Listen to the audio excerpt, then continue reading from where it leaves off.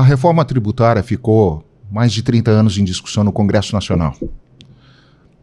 Pelo final, foi aprovada de forma razoavelmente rápida, assodada, e por conta dela, muitos novos regramentos, alterações de legislações e novas legislações acabaram vindo para o cenário legal brasileiro. Este é o videocast do Martins e Polidoro, que tem um espaço, que é um espaço criado para nós tratarmos de assuntos do dia a dia de empresas, famílias, associações e tantos outros mercados, tentando falar sempre de uma forma descontraída, de uma forma adequada e numa linguagem compreensível sobre tudo isso que acontece. Hoje nós vamos conversar com a doutora Cristina Cioato, advogada tributarista do Martins e Polidoro, e vamos tratar um pouquinho mais em detalhes sobre a Lei 15.270 de 2025, que trouxe mudanças, então, para a Lei do Imposto de Renda. Doutora Cristina, como está? Tudo bem? Tudo ótimo. Muito bem. A lei foi promulgada, né, foi publicada em 2025, já trazendo repercussões para o ano de 2026. Exatamente. E trouxe algumas modificações, né, profundas, poderíamos dizer assim, na sistemática de arrecadação do imposto de renda. Uma exposição inicial, assim, o que a senhora pode nos falar sobre isso? Doutora, essa lei ordinária 15.270 de 2025 alterou consideravelmente a tributação de empresas do Simples Nacional. A gente tem notícias e tem ouvido falar que é a tributação das altas rendas. E provavelmente muitos empresários nem estão dando conta dessa nova sistemática, porque ele já está acostumado com o Simples Nacional e que é isento de tributação, ou era até então.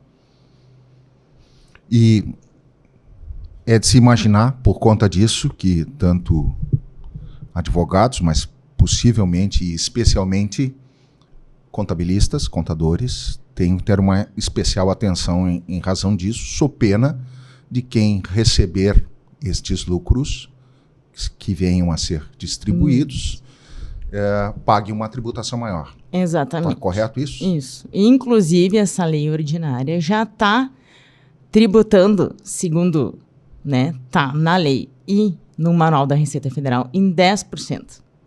O que também está divergente da lei do imposto de renda, que o imposto de renda com tabela progressiva. E essa lei já está diferente. Né? Já traz uma alíquota, vamos dizer assim, bem definida. Isso. Mas está correto a gente poder pensar e conversar no sentido de que há na própria Constituição Federal um limitador a essa lei que pode ser questionado por conta disso, servir de fundamento para questionar essa lei, a própria Constituição Federal? Está correto isso? Certamente. Porque a Constituição Federal diz, né, que o Simples Nacional, empresas de pequeno porte e assim sucessivamente, tem o regramento pelo Simples Nacional, que é uma lei complementar. E ela só pode ser alterada por uma outra lei complementar, o que não está acontecendo agora. Uma lei ordinária acabou alterando a lei do Simples Nacional, dos empresários do Simples Nacional, e é isso que a gente está discutindo. E já temos decisões liminares e sentenças favoráveis ao contribuinte. Vamos falar um pouquinho sobre o tributo, especificamente, essa questão, essa modificação, esses 10% que acabam incidindo.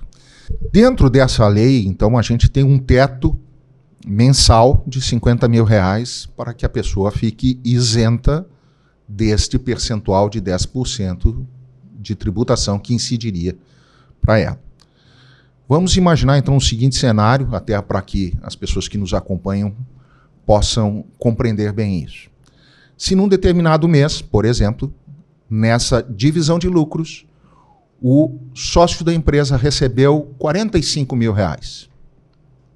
Ele ficou abaixo do limite em R$5 mil.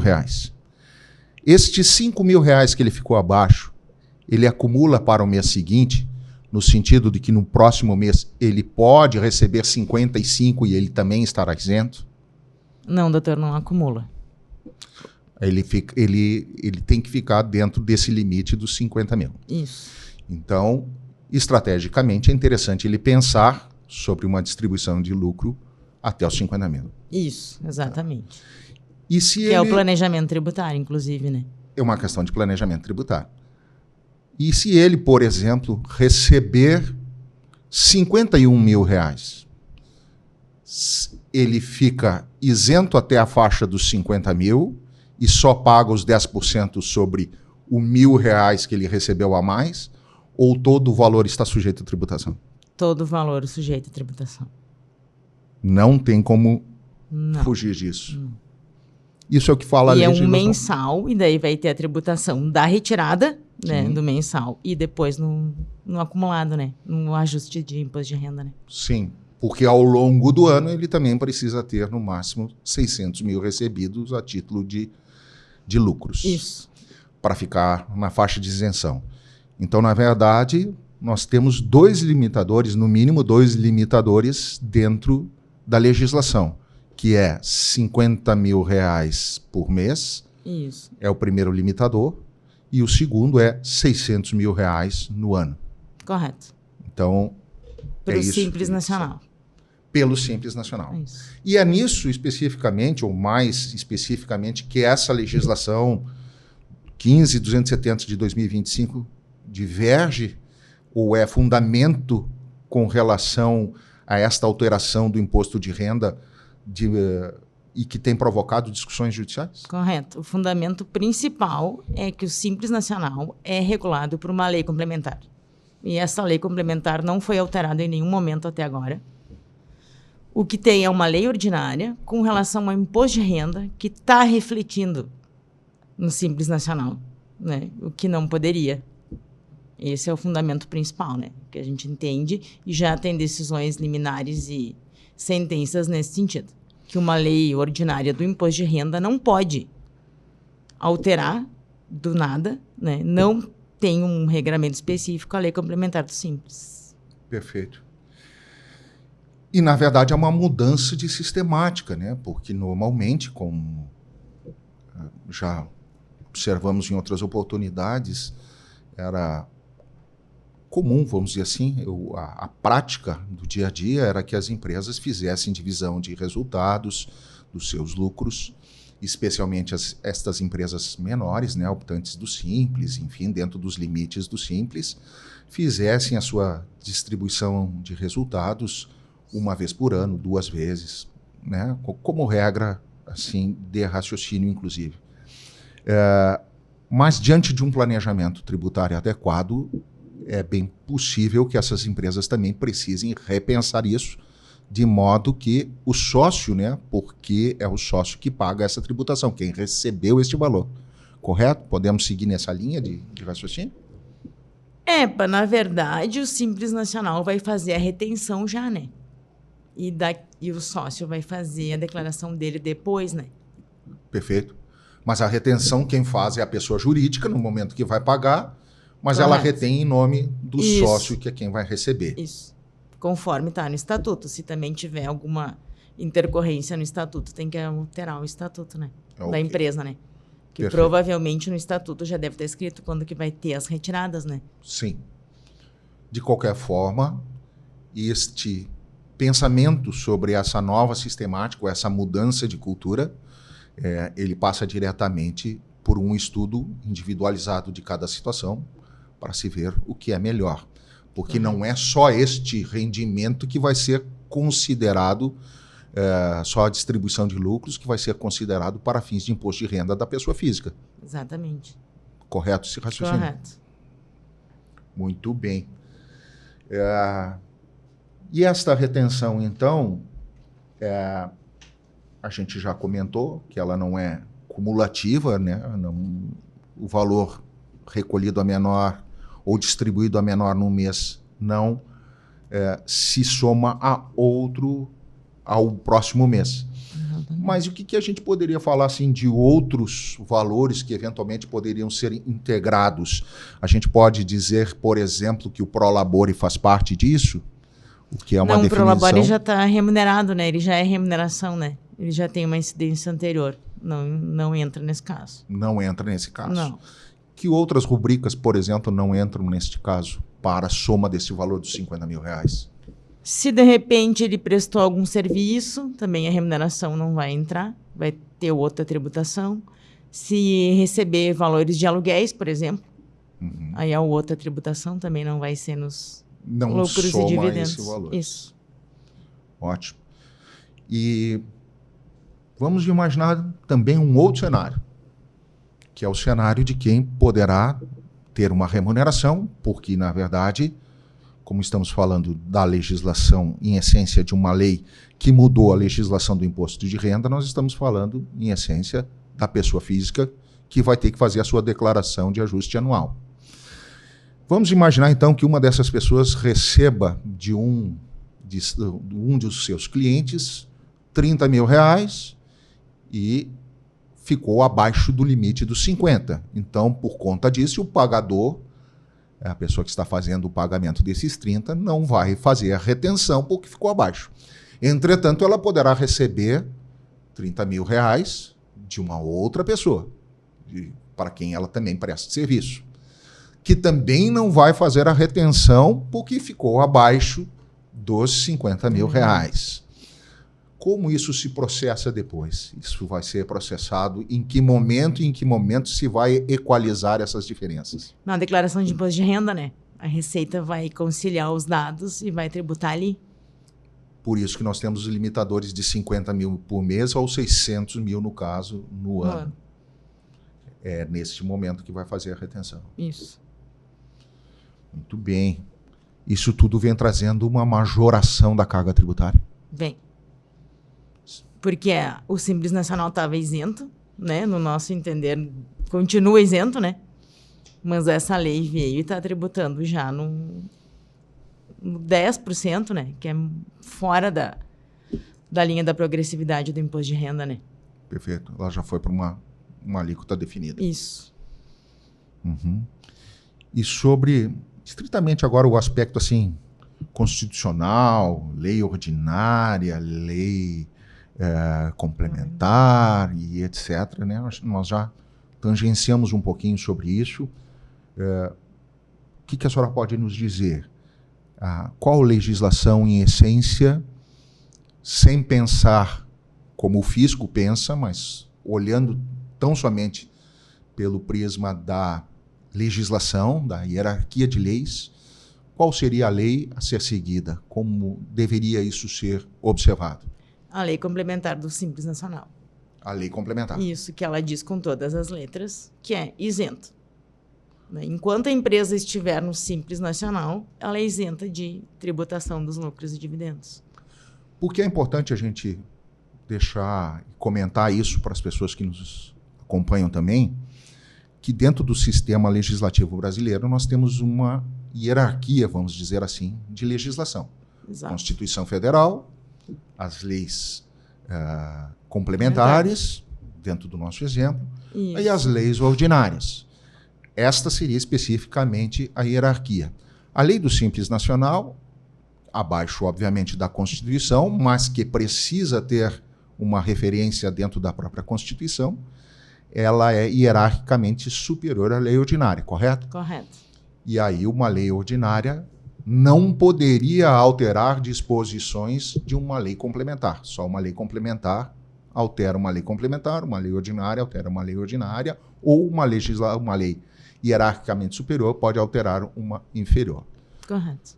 Está correto esse nosso raciocínio? E isso é uma base de discussão dos nossos processos judiciais? Sim, é a base primeira. Né? É a base primeira das decisões judiciais e dos argumentos, porque a Constituição deu esse tratamento diferenciado para as empresas do Simples Nacional. E agora uma lei ordinária está tentando soterrar essa legislação que já era para ser complementar e especial para o Simples Nacional. Perfeito. Muito bem. Dentro desse contexto, então, a gente tem percebido que, Brasil afora, nós estamos com ações judiciais discutindo essa matéria. Verdade. O que a senhora pode nos comentar sobre isso? Tipos de ações, quais as repercussões, o que isso está significando em resultado, pelo menos com as decisões que nós temos até esse momento? Olha, até este momento temos decisões favoráveis para o contribuinte, né? Porque realmente o Poder Judiciário está entendendo nessa linha, né, de que uma lei ordinária não pode alterar uma lei complementar. Essa lei complementar não foi alterada, ela continua vigente, né? E o contribuinte tem que ficar atento para não sofrer uma tributação indevida na sequência, né? Provavelmente a Receita, como a gente já sabe, está com muita inteligência artificial, vai pegar as rendas, vai conciliar, né? Porque hoje essas informações são todas praticamente vamos dizer assim, interligadas, isso, né? Ou são compartilhadas exatamente entre os órgãos de fiscalização, né? Assim, podemos, obviamente que generalizando, né? Isso. Mas hoje uma informação não É está quase mais em tempo escondida, real. né? É quase em tempo real. Mas as decisões são favoráveis, tanto no Rio Grande do Sul quanto em outros estados. E são favoráveis no sentido de dizer que a empresa optante do Simples não tem a necessidade de fazer essa retenção. Isso, que ela no momento continue da sendo distribuição. isenta com base na lei dela mesma. Perfeitamente. O que dá muita diferença, né? E que, em essência, acaba efetivamente dando respaldo à lei do Simples, que sempre teve, por princípio básico, uma defesa maior dos micro e pequenos empresários, né? Empresas que têm um faturamento mais baixo do que as nossas médias e grandes empresas, né? Então, na verdade, no momento em que essas decisões judiciais vêm respaldando este entendimento que vem sendo discutido Brasil afora, ela volta a privilegiar a lei, né? Ou dar prevalência à lei do Simples. Ela está mantendo, né? As decisões judiciais estão mantendo o regramento da lei do Simples Nacional. Porque quando o Simples Nacional fez essa previsão, enfim, inclusive falando dessa isenção no momento da distribuição desses lucros, era pensando exatamente que como uma forma de proporcionar para as pequenas e médias empresas que elas crescessem. Exatamente. E a partir desse crescimento, então, ela se enquadra num outro regime de tributação e, por conta disso, viria a pagar mais impostos, o que seria natural diante de um faturamento maior. Porque sempre há, e gostaria de lhe ouvir sobre isso, sempre há, obviamente, um interesse do empresariado em melhorar suas condições de trabalho, fazer com que suas empresas cresçam, mas, ao mesmo tempo, agora ele se depara com uma outra situação que, ao invés de respaldar, aumenta a sua carga tributária. É um raciocínio lógico e coerente este? Sim. E o empresário tem que se preocupar mesmo, né? Porque ele estava num regramento, ele está num regramento específico para ele, né, do Simples Nacional. E as altas rendas acaba prejudicando ele, você vai ver, né? Sim.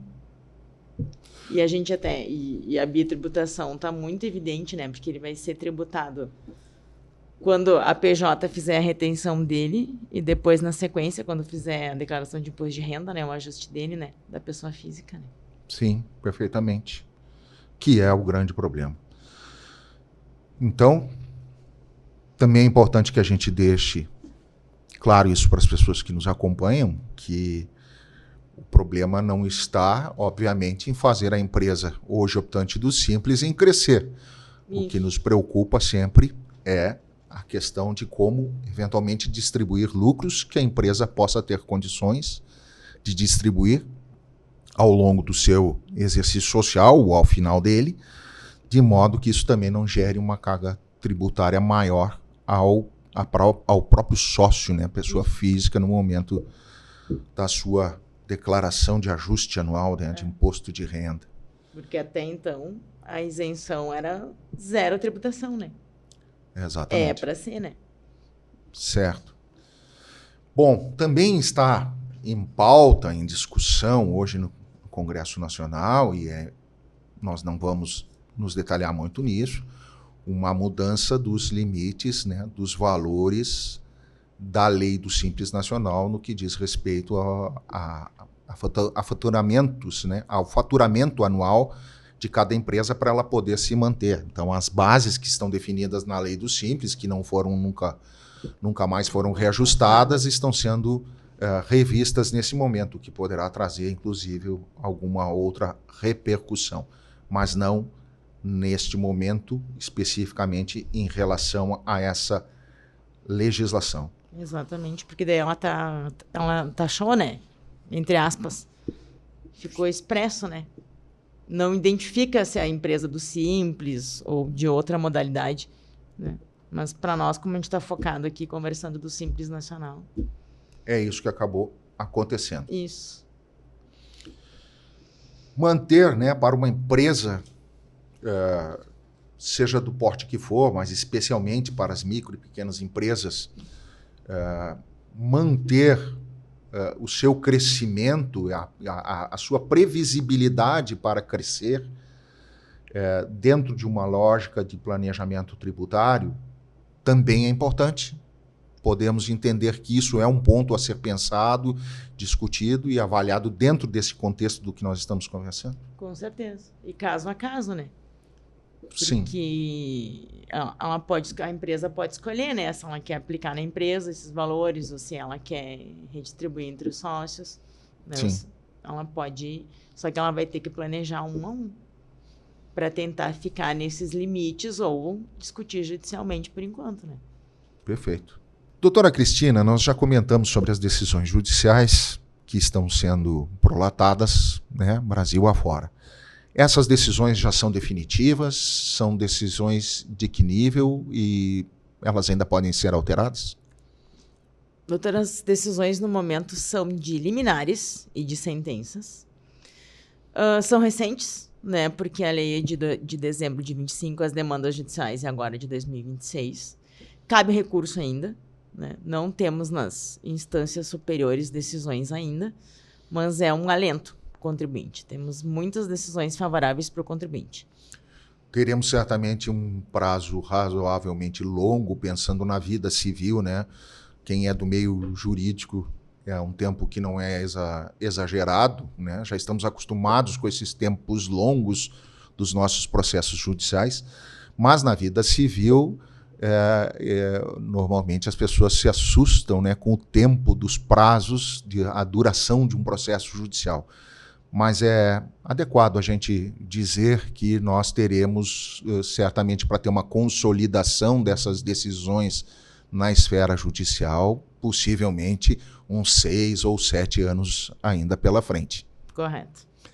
Muito bem. E se a pessoa, então, tendo se beneficiado dessa decisão liminar ou essas decisões iniciais, ainda sujeitas à revisão pelas instâncias superiores, ela não tiver feito a retenção deste imposto de renda, desta alíquota que incide, sobre o que ela recebeu a mais do que os R$50 mil por mês ou R$600 mil no ano. A pessoa está amparada por uma decisão judicial e então não recolheu. Se estas decisões forem revertidas, né, revisadas e decidido de outra forma pelos nossos tribunais superiores, esta pessoa estará sujeita a uma penalização também? Em princípio, se tiver uma decisão judicial resguardando até ali, não. Os tribunais superiores, quando eles têm entendido diferente, eles têm modulado os efeitos. Quem ajuizou a demanda judicial tem uma guarida, né? Mas teremos que esperar Teremos que aguardar. Essa modulação, né, Isso. que possivelmente virá aí dos STF. nossos tribunais superiores, STF em especial. Isso. E se a pessoa, mesmo estando, não tenha proposto nenhuma ação judicial, não está acobertada por uma decisão judicial, mas não faça o recolhimento. A pessoa jurídica optante do Simples Nacional simplesmente ignorou a legislação e ignorou o dever de retenção no caso da distribuição desses lucros. Ela também pressuposto de que ela estará sujeita a uma penalização por parte da própria Receita Federal.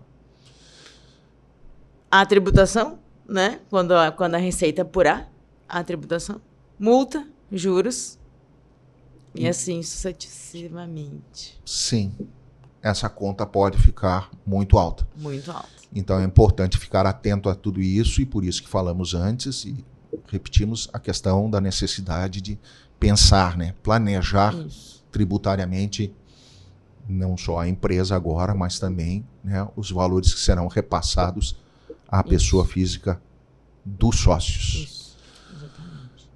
Doutora Cristina, muito obrigado. Foi um prazer termos conversado. Suas considerações finais aqui para o nosso videocast sobre a nossa matéria. Eu que agradeço. A nossa matéria é complexa, né? O tributário não é assim tão simples, mas a gente está tentando simplificar aqui na medida do possível. Aliás, no nosso país, tudo que vem com o título de simples não é simples. É verdade. É sempre um tanto quanto complexo. Muito bem. Neste episódio, nós tratamos um pouco mais sobre a Lei 15.270 de 2025, que trouxe modificações profundas, né, ao sistema de arrecadação do imposto de renda, tentando despertar as pessoas que nos acompanham sobre a importância de ficar atento a essa legislação e aos seus procedimentos. Sendo que as empresas, obviamente, precisam administrar bem, pensar bem, gerir bem esta questão toda, sob pena de estarem sujeitas a penalizações. Essa foi a nossa proposta de hoje. Acompanhe as nossas redes sociais para conteúdos que impactam o seu dia a dia. Sobre o assunto de hoje, converse com o seu contador, converse com o advogado de sua confiança. Certamente, eles terão condições de orientar adequadamente sobre tudo isso o que falamos. Nos vemos no próximo episódio do videocast do Martins e Polidoro. Até lá!